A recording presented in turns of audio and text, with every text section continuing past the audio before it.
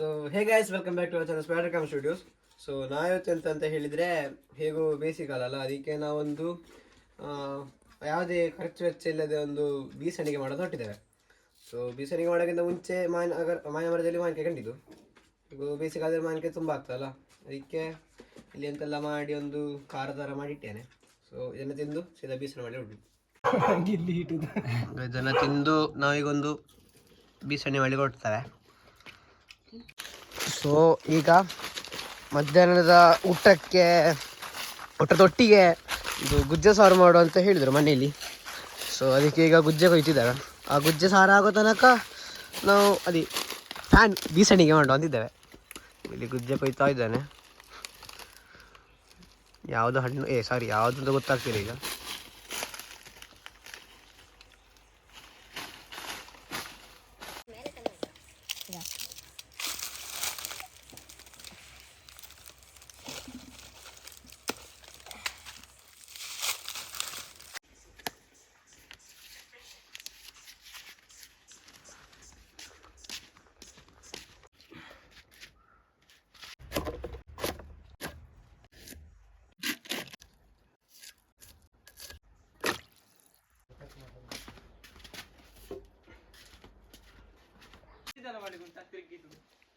ಈಗ ಈಗ ಫ್ಯಾನ್ ಮಾಡಲಿಕ್ಕೆ ಬೇಕಾದ್ರೆ ಮೇನಾಗಿ ಹಾಳೆ ಅಲ್ಲ. ಸೊ ಹಾಳೆನ ರಪರಪ ಕೊಯ್ಲಿಕ್ಕೆ ಈಗ ಕತ್ತಿ ಬೇಕು. ಕತ್ತಿಗೆ ಈಗ ಅದನ್ನು ಅರ್ಥ ಮಾಡ್ತಿದ್ದಾನೆ, ನೋಡ್ಬೋದು. ಇದೆಲ್ಲ ಸ್ವಲ್ಪ ಓಲ್ಡ್ ಟೈಪ್ನ ಕತ್ತಿ ಅರ್ಥ ಮಾಡೋಂಥದ್ದು. ಇದಕ್ಕೆ ಆಡು ಭಾಷೆಯಲ್ಲಿ ಕತ್ತಿ ಕೂಟುದು ಅಂತ ಹೇಳ್ತಾರೆ. ನಾವೀಗ ಬೀಸಣಿಗೆ ಮಾಡಲಿಕ್ಕೆ ಹೋಗ್ತಿದ್ದೇವೆ. ಸೊ ಬೀಸಣಿಗೆಗೆ ಮೇಯ್ನಾಗಿ ಹಾಳೆ ಬೇಕು. ಈಗ ಹಾಳೆ ಹುಡ್ಕೊಂಡು ಹೋಗ್ತಿದ್ದೇವೆ. ಸೊ ಹಾಳೆನ ಕಟ್ ಮಾಡಲಿಕ್ಕೆ ಮೊದಲಲ್ಲಿ ಕತ್ತಿ ಅರ್ಥ ಮಾಡಬೇಕು.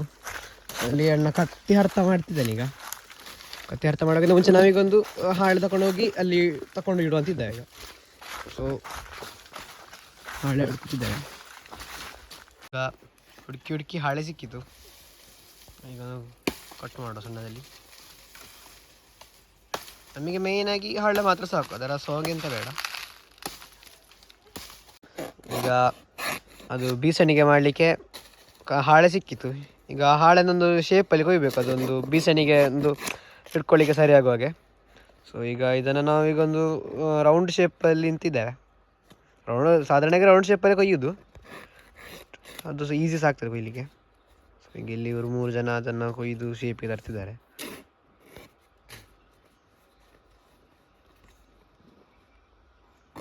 ಇದನ್ನು ಈ ಥರ ಒಂದು ಕೊಯ್ದು ಅದನ್ನು ಒಂದು ಶೇಪಲ್ಲಿ ಬರೆಸ್ಬೇಕು, ಒಂದು ರೌಂಡ್ ಶೇಪ್ ಆಗಿ. ಅದಕ್ಕೊಂದು ಹ್ಯಾಂಡ್ ಟೈಪ್ ಎಲ್ಲ ಮಾಡಬೇಕು. ಸೊ ಇದನ್ನು ಹೀಗೆ ಮಾಡಿ ಅದನ್ನು ಒಣಗಿಸಬೇಕು.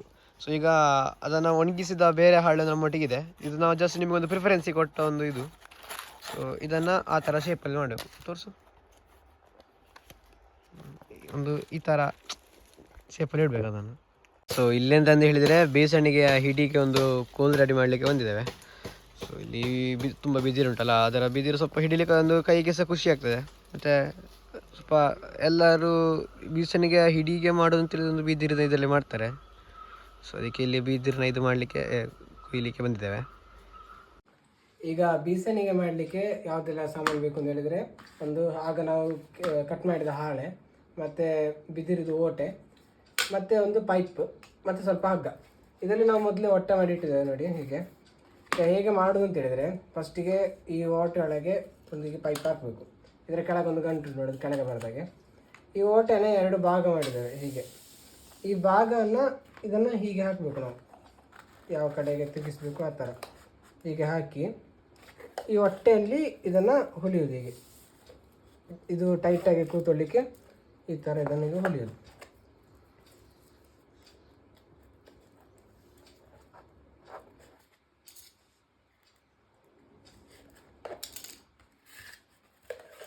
ಹಾಗೆ ಮಾಡಿ ಇದನ್ನು ಗಂಟು ಹಾಕಿದರೆ ಆಯಿತು ಗಟ್ಟಿಯಾಗಿ.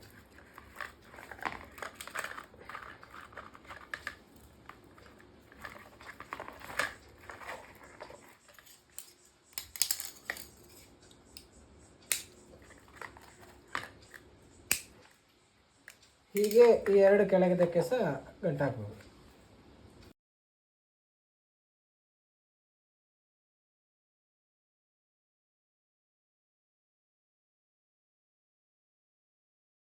ಸೊ ಈಗ ನೋಡಿ ಇದೆರಡಕ್ಕೆ ಹಾಕಿ ಆಗಿದೆ, ಗಂಟು ಮಾಡಿ ಆಗಿದೆ. ಈಗ ಈ ಗ್ಯಾಪ್ ಎಂತಕ್ಕೆ ಅಂತ ಹೇಳಿದ್ರೆ ನಾವು ಹೀಗೆ ತಿರುಗಿಸೋ ಟೈಮಲ್ಲಿ ಜಾರಲಿಕ್ಕೆ ತಿರುಗಲಿಕ್ಕೆ ಸುಲಭ ಆಗ್ತದೆ. ಇದು ಸ್ವಲ್ಪ ಬೇಕಾದ್ರೆ ಸಣ್ಣಗೆ ಮಾಡ್ಬೋದು. ಇದು ಮತ್ತೆ ಎಕ್ಸ್ಟ್ರಾ ಉಂಟು, ಇದನ್ನು ಹೀಗೆ ಕಟ್ ಮಾಡ್ಕೊಳ್ಬೋದು.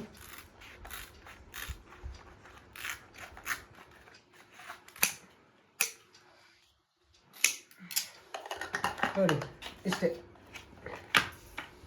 ಇದು ಇವತ್ತಿನ ವಿಡಿಯೋದಲ್ಲಿ ನಾವು ನಿಮಗೆ ಒಂದು ಯಾವುದೇ ಖರ್ಚು ವೆಚ್ಚ ಇಲ್ಲದೆ ಒಂದು ಹಾಳೆ ಬೀಸಣಿಗೆ ಮಾಡೋದು ಹೀಗೆ ಹೇಳಿಕೊಟ್ಟೇವೆ. ನೋಡ್ಬೋದು, ತುಂಬಾ ಸಿಂಪಲ್ ಆಗಿ ಮಾಡಿದ್ದು. ಸೊ ನಿಮಗೆ ಇದು ಯಾವಾಗ ಕರೆಂಟ್ ಇಲ್ಲದಾಗೆಲ್ಲ ನಿಮಗೆ ಯೂಸ್ ಮಾಡ್ಬೋದು, ಒಳ್ಳೆ ಗಾಳಿ ಸಹ ಬರ್ತದೆ. ನೋಡ್ಬೋದು, ಈ ಥರ ತಿರುಗಿಸಿಕೊಂಡು ಯೂಸ್ ಮಾಡ್ಬೋದು, ಒಳ್ಳೆ ಗಾಳಿ ಬರ್ತದೆ.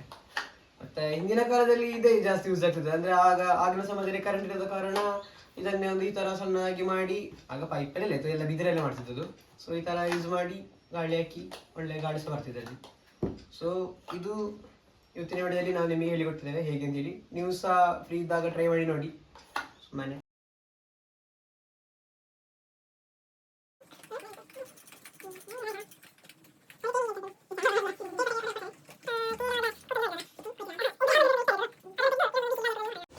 ಅದಕ್ಕೊಂದು ಹಾಳೆ ಬೇಕು, ಮತ್ತು ಒಂದು ಬೆದರಿನ ಇದು ಓಟೆ ಬೇಕು.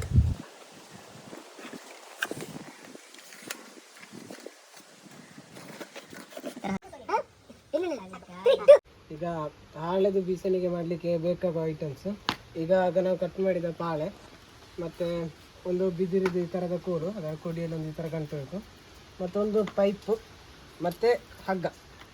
ಈಗ ಮಾಡೋದು ಹೇಗೆ ಅಂತ ಹೇಳಿದರೆ, ಈ ಓಟೆಯ ಇನ್ನೂ ಸೀಗಬೇಕು. ಹೀಗೆ ಸೀಗಿ ಇದನ್ನು ಇದರ ಒಳಗೆ ಹೀಗೆ ಹಾಕಬೇಕು. ಈ ಥರ ಹಾಕಿ ಅದಕ್ಕೆ ಮೊದಲು ಇದನ್ನು ಹಾಕಬೇಕು, ಕಟ್ ಮಾಡೋದು. ಬೀಸಣಿಗೆಗೆ ಒಂದು ಹಾಳೆ ಮತ್ತು ಒಂದು ಬೆದರು ಬಿಡ್ತೇನೆ.